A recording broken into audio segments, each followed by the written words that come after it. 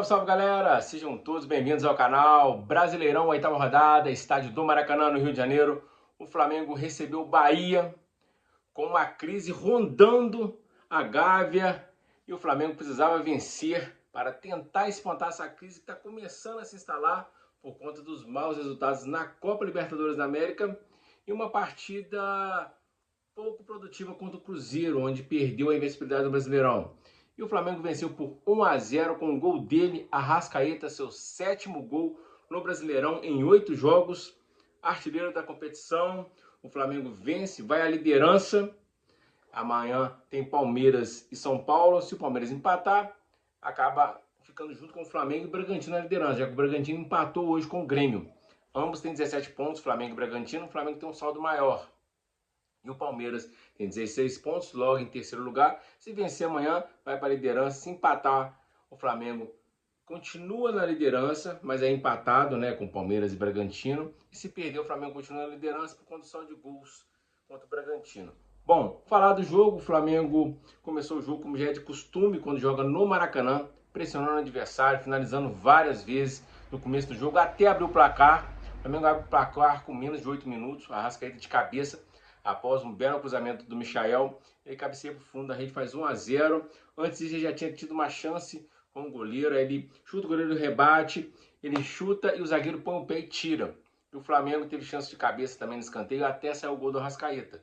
Depois o Flamengo faz o gol, dá mais uma pressionada, até os 25 minutos, aí baixa um pouquinho a intensidade da partida, acaba perdendo o Alan, que tinha começado como titular por lesão, e mais pro fim do primeiro tempo acaba perdendo também o Pulga, que é um problema, porque contra a LDU vai fazer muita falta se ele não puder jogar. Um dos melhores jogadores do time na atual temporada, como já foi nessa temporada passada. Apesar de levar muito cartão amarelo, o Pulga é muito importante, principalmente para sair de bola, distribuição de bola ali no meio campo e também pela marcação, que ele é um cão de guarda ali. Acaba perdendo o Pulga, e o Felipe Luiz coloca o Luiz Araújo no lugar do Pulga e adianta, na verdade ele coloca o Luiz Araújo no lugar do Alan, adianta o Luiz Araújo e traz o Gerson para trás. Fica a saída do Pulga, ele acaba colocando o Everton Araújo para poder preencher o meio campo junto com o Gerson. Aí o time fica um pouco mais equilibrado, com o Everton Araújo é um pouco mais de pegada. Quando o Gerson vem para o meio, para o lugar do Alan, o time fica um pouco mais desconhecido. Até por isso, o Bahia ganha um pouquinho de campo, acaba pressionando. O Flamengo, como já é de costume, né, pressiona os 20 primeiros minutos, depois, quando faz o gol, acaba baixando, esperando o adversário vir para contra-atacar. E o segundo tempo, o Bahia começa melhor que o Flamengo, mesmo porque está atrás do placar, e o Flamengo meio que esperando um contra-ataque, né, já é natural do Flamengo atrair o adversário para tentar sair rápido e tentar finalizar, fazer o segundo gol, o terceiro, para fechar a conta. Acabou acontecendo, aí o Rogério Ceni coloca vários jogadores que são titulares do Bahia no jogo, para já pegar o Flamengo cansado, e o Felipe Luiz demora a reagir, né, a colocar jogadores descansados. Depois ele coloca, né, o Everton Cebolinha, acaba dando um gás, né, por causa da velocidade. Coloca também o Wallace Ian e o Pedro. Tira o Bruno Henrique, que estava muito mal. Aliás, o Bruno Henrique vem jogando muito mal desde que aconteceu o lance das apostas. Ele não consegue conectar com o time, parece que ele está muito fora, né? O Felipe Luiz também tira a Arrascaeta para descansar, pensando já na LDU. E o time começa a atrair o Bahia, mas o Bahia não consegue criar. O Flamengo se fechou bem. O Flamengo começa a ter alguns contra-ataques. Num desses contra-ataques, já perto do final do jogo, o Luiz Araújo sai praticamente cara a cara com o goleiro, chuta a bola bate na trave, aí, no rebote, o Alacian e Pedro disputa a bola, tem um rebuliço ali na área e acaba não saindo do gol. Tem a revisão do VAR, um possível pênalti de mão na bola, acaba não dando nada. Mas antes disso, o Gerson acabou sendo expulso por conta de uma entrada por cima do tornozelo. O Daronco foi no VAR, viu, realmente era para expulsão, o Gerson foi expulso. O Flamengo foi com 1 a menos. Aí, por conta das várias paralisações, o Daronco deu 13 minutos de acréscimos. E dentro desses 3 minutos, teve um lance igualzinho do Gerson. Dessa vez, o jogador do Bahia pisa no tornozelo do Alacian e o VAR sequer chama. O Daronco só deu um amarelo. Era para ter sido expulso, o jogador do Bahia não foi. O jogo vai se encaminhando, o Bahia meio que não consegue criar, o Flamengo se fecha.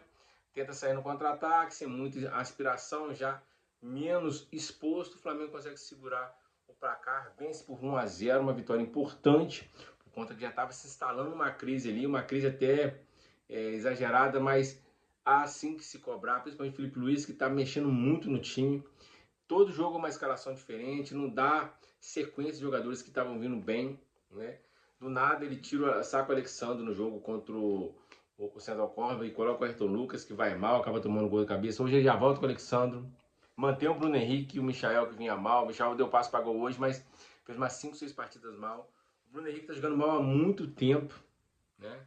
E acabou vencendo hoje, dá uma espantada na possível crise, e agora é pensar na quarta-feira contra o LDU.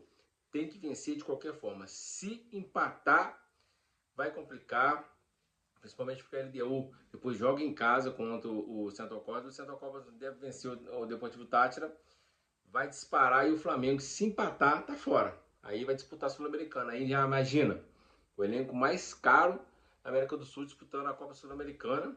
Não que a Copa Sul-Americana não deva ser tratada como um grande título, para mim seria. Principalmente quando o Flamengo não tinha um grande time, como foi em 2017, chegou na final e perdeu da forma que perdeu para o Independente, com aquele pênalti meio mandrake lá do Coadjar. O juiz acabou dando aquele pênalti ali que para mim não foi, para mim perder o título com o Independente.